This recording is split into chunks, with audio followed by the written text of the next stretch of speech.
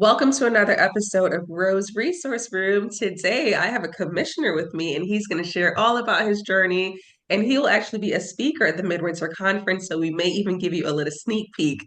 Sir, thank you so much for your time today. Welcome to the show. Absolutely. It's my pleasure and my privilege. I'm looking forward to it. Thank you. So, can you just give us a brief intro? Tell us a little bit about what you do and maybe what life was like before becoming a commissioner.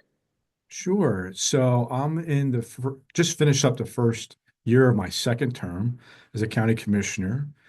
County commissioner terms are 4 years. So I have 5 years under my belt and three more to go in my second term. And county commissioners are the chief executives of the counties across the Commonwealth of PA. There are 67 counties. And that's a little sneak peek of some of the things I'll be talking about in that session I'll be discussing at the conference, which is more about local government, which county government is a part of local government as opposed to state and federal government.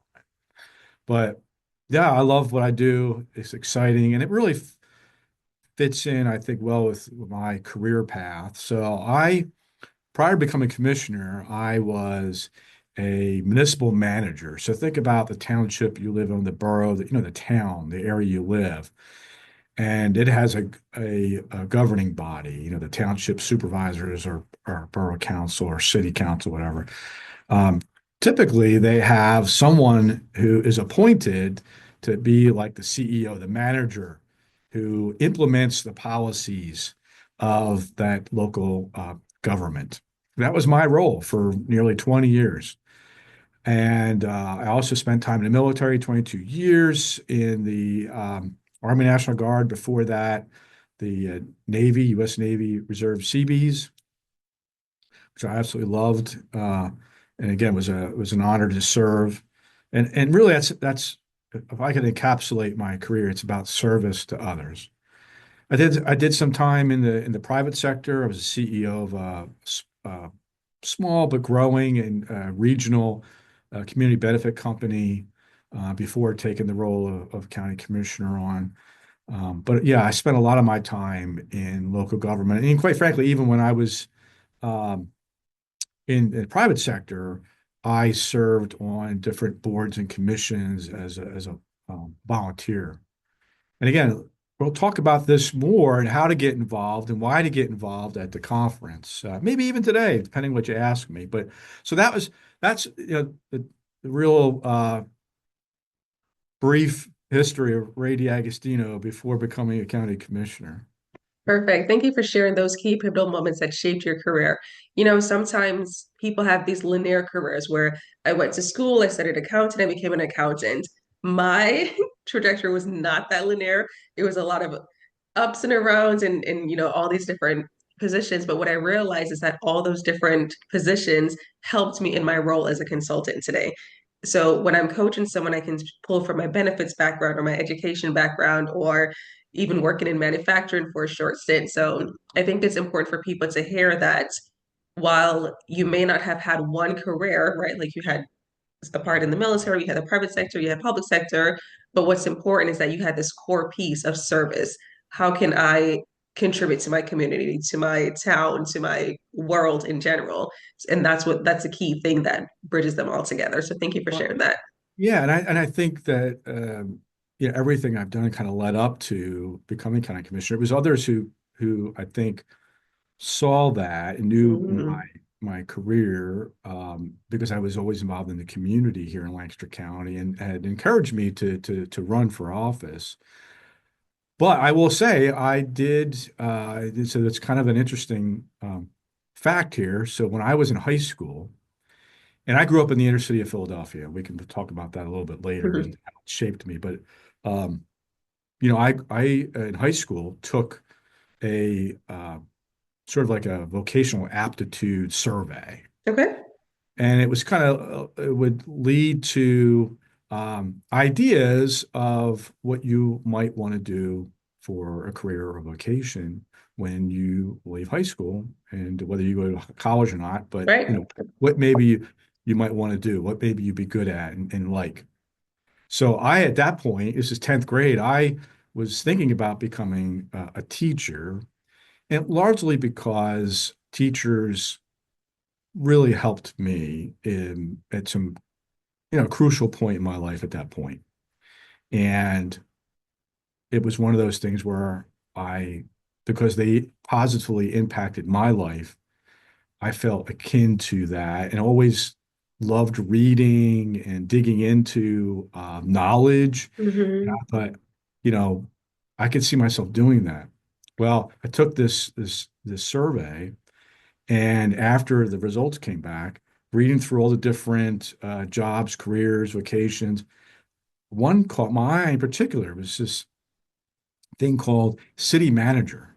Hmm. And I'm like, well, what's that? That sounds interesting. Hmm. And I looked it up and I just fell in love with the whole idea. And so from that point on, that's what I wanted to do. Went to college, uh, got a degree in with a major of history and political science. Got my master's degree. I have an MPA, Master of Public Administration, and I was just focused on, getting to the point of being a town manager, manager of a community. Right. And lo and behold, it happened. And I don't regret it one bit whatsoever. I have loved what I've done, and I love what I continue to do.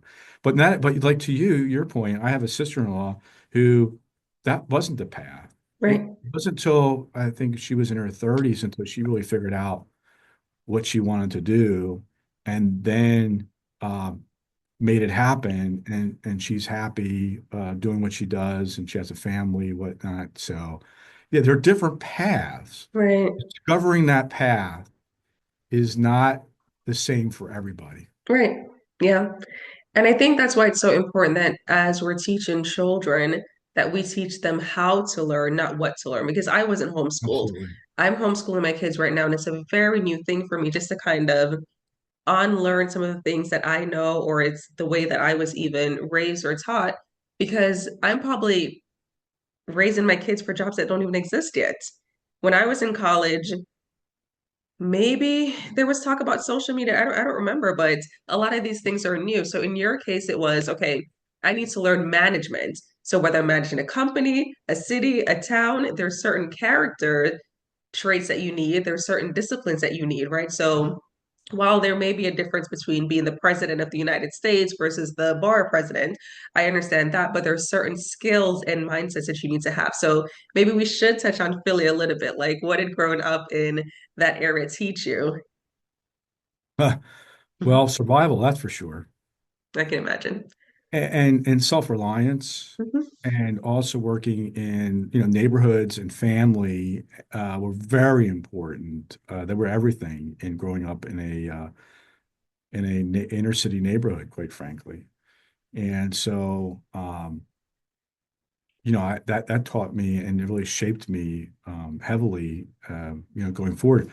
In fifth grade in Philadelphia, one of my favorite classes, and something we don't teach anymore, which is civics. We actually had a civics. Mm, So if you think about the fifth grade, I took that class, fell in love with the whole idea of civics and how our communities work, how our founding fathers, and founders in general just, created this nation.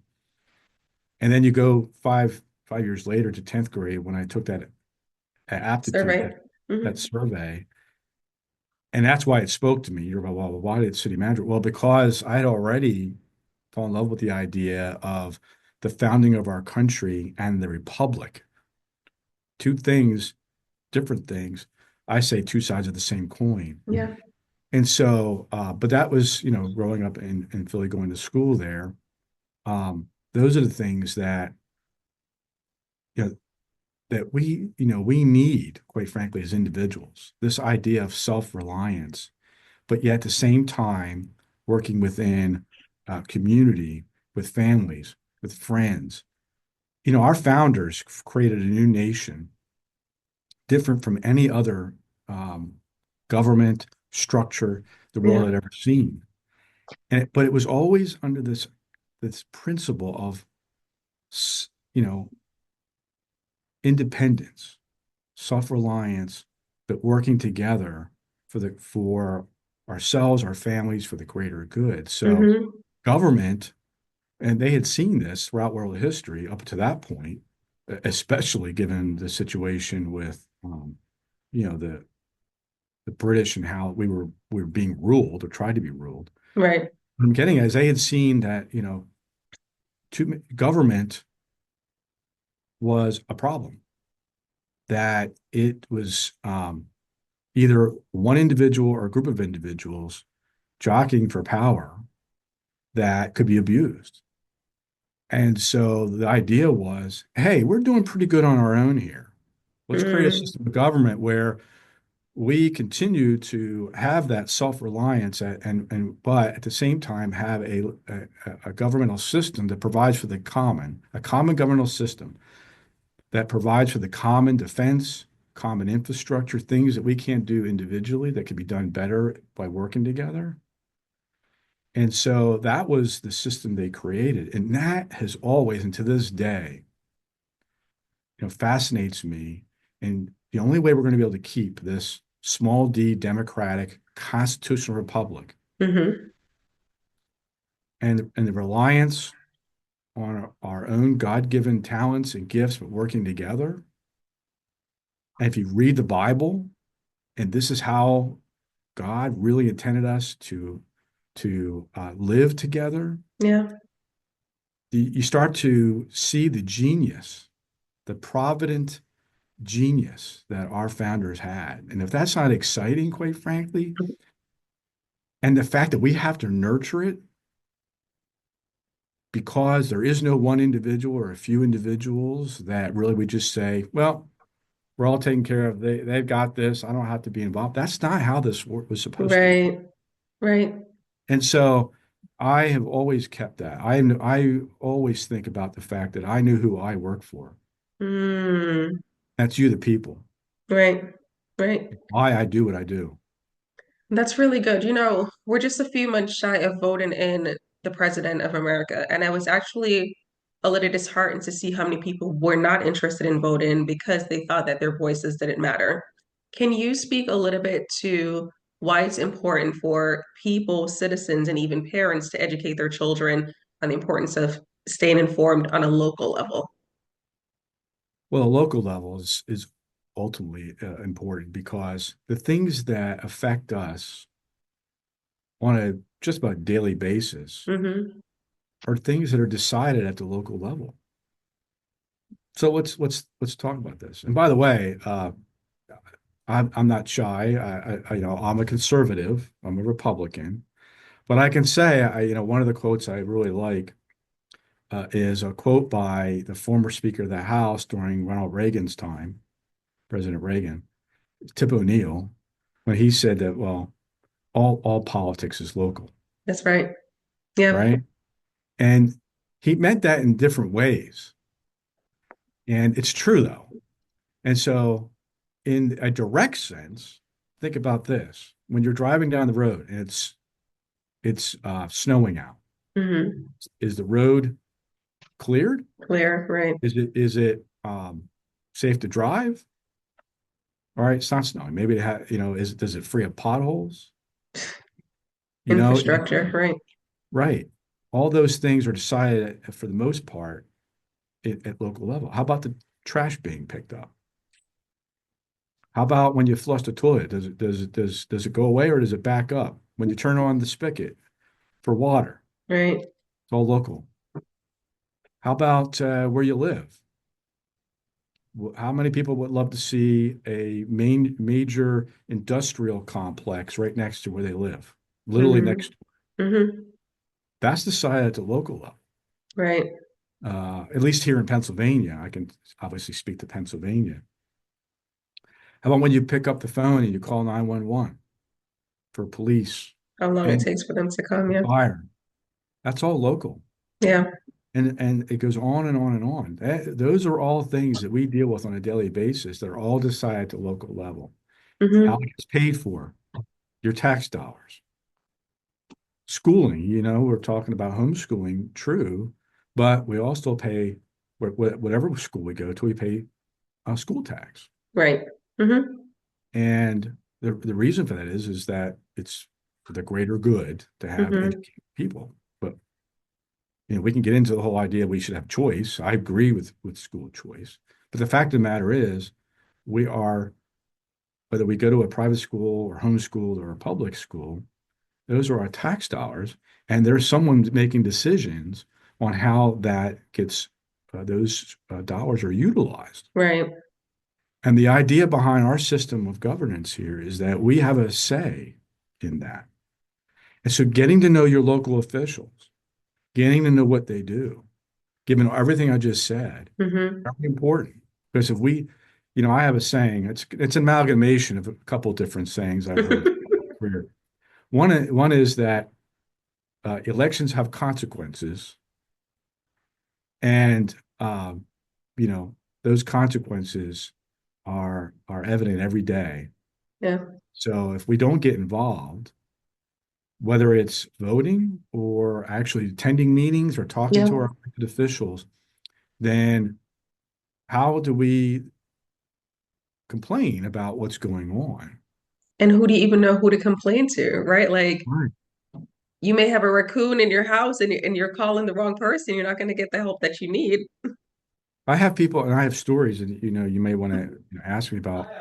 Well, in your career, have you had people come to you and ask for help and what that looked like? But yeah, people to this day, people will call and say, I've got a mega warehouse that wants to locate right down the street from me. What can I do? Who do I go to? How does this work? Unfortunately, I will say this, and I tell them this. Well, where is it in the process? Well, it's coming up for a vote. Well, unfortunately, it is likely too late because what you need to know is that to get to the point where a local government is ready to vote, there are many things and much time and effort that went into getting to the point where it's on that agenda and ready for vote. By the time it gets to that point, it may be that the local government has no option because those regulations and rules are already set. And case law says that you can't deviate. And we wouldn't want, who would want, something where somebody just makes a decision that's contrary to the law. We're a nation of laws, right? We may not like the fact that the law is the way it is, but the thing that keeps us and makes us different than everywhere else is that we are a nation that's built on the rule of law, and that one or two or a few people can't make decisions contrary to that without asking the permission of the people that elected them. It's a fundamental tenet. And so I Yeah. tell people that you need to get involved sooner. And, Hmm. you don't have to go to every meeting or know everybody, but know where to look, know how to Right. look, and then get involved at certain points in time. Some people can get more involved than others. We can talk about that too, but I'll shut up for now, let you go. No, no, no, that's good. I think we're teasing the listeners enough. Can you share more? Just give us a sneak peek of what can people hear if they decide to come to the Midwinter Conference and attend your session? Well, they'll hear more specifics about this. Yeah. What it actually looks like. How does this work in terms of the different levels of government and a local government? What's the difference between a township and a borough? Let's delve into some of the things I mentioned that the local government does. Hmm. How to get involved. Why does it work this way? How doesn't it work? Those kind of things. Because it's all very, very important. And people don't have to be elected. That's another thing we're going to talk about. You don't have to be elected to actually have a say in how things work. Right. There are many opportunities. I just had lunch today with someone explaining that we have almost two dozen different um, boards and commissions that we appoint people to that Hmm. that either advise or make decisions on a whole host of things.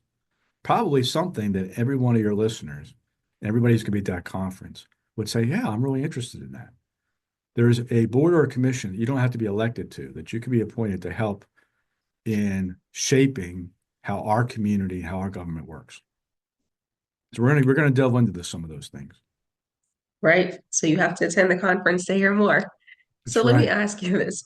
What are some practical tips or some actionable advice you have for connecting with local government leaders? Because I've heard excuses, where people would say, oh, I can't talk to this person because they're not approachable or they're not this. Like, what tips would you have where people actually want to connect with local leaders? Yeah, I think that's a perception thing more than anything. I'll admit this. When growing up and even, through my early years in adulthood, I, like many people, saw elected leaders as, well, up on a pedestal almost. Right, Like they're, oh, the honorable, right. and this idea that they're not approachable because of that sort of aura that we ourselves, quite frankly, put on them. Because I will tell Mhm. you that most 99% of the elected officials that I work with are very humble and they just want to serve. Mhm. And, when people address me, I want to be called Ray. Don't get me wrong, I like being called commissioner, but I'm Ray. I'm still the same guy I was before. That's right. Call me Ray. Uh, and I think the only way we're going to sort of deal with that and maybe shrink that aura, if you will, is to really meet people where they are. Mhm. I want people to meet us where we are. And I think elected officials, we as people, but even we as elected officials, what I'm saying is that all these meetings, well, most of these meetings are open to Mhm. the public, and they will be available at times when you could go. You can go to a meeting, just sit in the audience, listen, look at the agenda ahead of time, see what's on there. And then afterwards, go up and talk to the folks, introduce yourself, invite them into your class to talk. Right. I was just in a middle school uh, class and talking about some of these things. And they were a little shy at first, they asked me questions, but once that ice was broken, it was a really good conversation, had really good questions.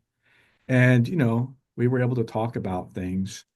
And I think that that's sort of the way to do it. Somebody's got to make that first move. And we are so busy as elected officials. We have so many constituents and things and meetings and it can consume and it does, quite frankly. I love what I do. I can literally be out every night at some event, some meeting.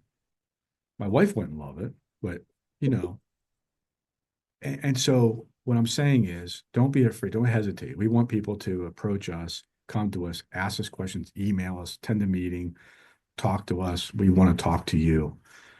So we can talk about some practical ways at the Yep, conference. We're gonna be able to do that. that's great. Perfect. Can you share maybe some inspiring stories or lessons, like success stories, just in general, maybe how to foster civic mindedness in families or your favorite story as you've been commissioner? Yeah, and I think it definitely starts with family.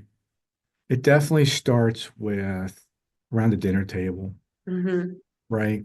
Talking about, events and how those events have come about, who's involved in the event, and typically it it may have to do, unless it's about Taylor Swift, any Swifties out there, uh, you know, uh, it will typically involve some aspect or form of involvement by an elected official or a group of elected officials that have some kind of say in the matter. And, starting off with a conversation around the dinner table as well. Who are the county commissioners? Who are the township supervisors? Who's our state representative? And not just the name, but who are they? What is their background? I really appreciate, for instance, your first question to me is, who is Ray D'Agostino? What really shaped you? Because I legislate or I lead based on, my past experience. We all do. We all are the sum of our experiences. What God intended us to be is through the experiences that He has led us to come in contact with. We are the people has envisioned, and that's only going to happen because we put that faith and trust in Him. But the permutations of that are endless. And so having that conversation around in the family setting and that exploration is going to be very important, I think, to lead people to want to know more, delve Right. into it. No, that's really good. And I love how you talked about just at the dinner table because I feel like a lot of times when we think education or lessons or learning, we automatically think, okay, well, what book do I need to read or what curriculum do I need to pull out? And while that's not bad, there's so much that benefit from the Socratic conversation or just having organic conversations, like you said, around the table as you're sitting on the couch, as you're walking in the streets, just having these conversations like, so if XYZ were to happen, would you know who to call? Or do you know what this office handles? Or do you know what the mayor does? Do you know what I Mm. think it's really important to have those conversations and just uplift the importance of these essential offices. Part of being self-reliant or having accountability for our own actions, but working within a community together, bringing that together in community, which is something I think has slipped. We rely too much. Again, I'm going to call it as I see it as a conservative. I think, I believe in limited government. I don't think our founders would recognize what we have today, quite frankly. I don't think they would. If you go back to what I said, they really had too much of government. They created the new nation because they had too much. Now, it may have been one individual, but also backed by Parliament at the time. It was just over, overtaxing. And I mean that in both, the iterations of that. And so here we are. We have so much of the thing that they didn't really want a whole lot of. The idea was that we would be self-reliant, we would work together. And we can still have that. But look to government when, our government leaders to say, you know what? I can't handle this on my own, or I need to know how this works. Teach me, let me know how this works, and I will then take it from here. And maybe with your help. Yes, absolutely. So we're crafting a new strategic plan for our community and local land use laws, okay, that will govern how we as a community will grow and deal with issues going forward. That's us. That's us working together. If it's not us working together and we just leave it to a few people, how's that going to go? Right. Right. So I think it's important we have these conversations and know how this works and, get involved. Thank you for sharing that. All right. So I've asked you a ton of questions. Do you have any final thoughts? Is there something that you want to share with the community of listeners? Well, other than, let's demask government, especially local government, Mm, and realize that it's something that we can be involved in, not just voting, but we can. This idea of self-governance does actually exist, and that how people get involved, and that it is so important that we do get involved. And involvement looks like many different things to right. different people. It's not something that we have to be worried it's going to be time consuming. Hmm. It may be, and it may be at certain times, but that there is something for everybody to get involved in. And the first thing to do though is to do a little research. Hmm. And I think that's where schools come in. Like I said, I don't think we teach civics anymore. How are we supposed to nurture and foster our unique system of governance here if we don't even teach people about how it works, why it was set up the way it was set up? And also teaching critical thinking skills to get back to the notion of how we were founded, why we were founded, and way we're supposed to work, teaching critical thinking skills. And I'm going to go off on a tangent here, but I will tell you this may be shocking or surprising, but the class that I think probably helped me the most in high school, and maybe any school, was computer programming. Interesting. Now imagine this. It's 1983 or 4. Hmm. Now you know how old I am. And the PC was brand new. Hmm. Literally, the first iteration of where the mass public can buy something known as a computer would have been a Tandy from Radio Shack. And there were no programs really. There was no Microsoft as we know it. It was just being put together. And I mention this because if you wanted that computer to do something, you had to program it yourself. And programming, critical thinking, putting together a plan, basically, a uh, a workflow, right? And then putting that into practice and realizing that it didn't work somewhere. There was a bug somewhere. We literally called it debugging, and having to wrestle with that in order to make it work.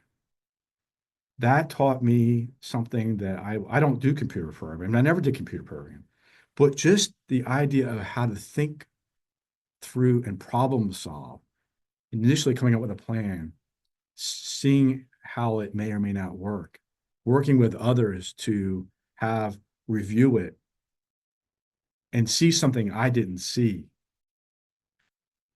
And all that together taught me something that I, to this day, never forgot. And I don't even know I'm using those skills that I learned in that class. So don't be afraid to take classes that you don't think you're ever going to use. Right. Yeah. As you were talking, I started to connect two of your thoughts. One thought was we need to be taught civics, we need to be taught how to think critically. And then the other thought was if the founding fathers looked at what we had today, they would say, what country is this? What nation is this? We need to do this all over again. And I'm wondering how much of us not learning civics and not focusing on critical thinking is intentional versus oversight. Because if you put those two together, if you were taught civics and you weren't taught critical thinking, then you would say, what happened? Something is not right, and you would see a disconnect. But if you don't know the history, then you're doomed to repeat it, right? So I'm wondering how Exactly. much of that is intentional. It's a good question. Uh, all I Food for know is thought. we need to fix it though. We need to fix it. And I would say the onus is on parents to take that responsibility. If we realize that there's a system that's broken, we have to go in and make that fix. So I I don't know couldn't if you agree with have you more. grandchildren, but maybe that's your role as a grandparent to teach all your grandchildren about critical thinking and civics. Exactly right. It is our responsibility as people of this country and as family members to teach our own kids those things and put them in situations where they will also learn those things, which gets back to the fact that we, the people, govern, right? We elect people to create these rules. And if they're not working for us, then let's find people who will. And if we're lazy because we just want somebody else to do it, I don't want to have to worry about it, then that's on us. If you're a lazy parent, I'm sorry. That's not good for you. It's not good for our kids. It's not good for our country. It's not good for the world because we're the beacon. We're supposed to be the beacon for the whole world. And we believe that there's divine providence in this country. I dare you to find where God just says, let somebody else worry about this stuff. Yeah, I hear you. I really appreciate that call out and the accountability for you to say, you know what, parents, this is your job. Take the responsibility. And like you said, God doesn't just say, well, if you don't want to do it, I'm sure there's someone else who will do it. He's like, no, you are commissioned to go into the world. You are the one who's responsible for With doing the this. light and salt of the earth. He That's tried to right. tell us, look, when you don't, look what happens. Yeah. We have dictators and Mm, kings and people who sometimes did it in the name of that's the right. Almighty One. That's right. It's Yeah. not what it's, we have Jesus to teach us how to get involved, why to get involved, how to love our neighbors ourselves. Yes. That's the tenet, right, quite frankly, of how we should govern. That is exactly. You nailed it. All right, we're not giving them any more. If you want to hear more, you need to be at the Midwinter Conference, February 21st to 22nd. Commissioner Ray, it was amazing having you. Thank you so much for your wisdom. Thank you for your reflections, and thank you for the accountability and say, this is your job, parents. Do what you're called to do. Thank you. I appreciate it. It's been a privilege to talk to you. I look forward to the conference. My pleasure. See you soon.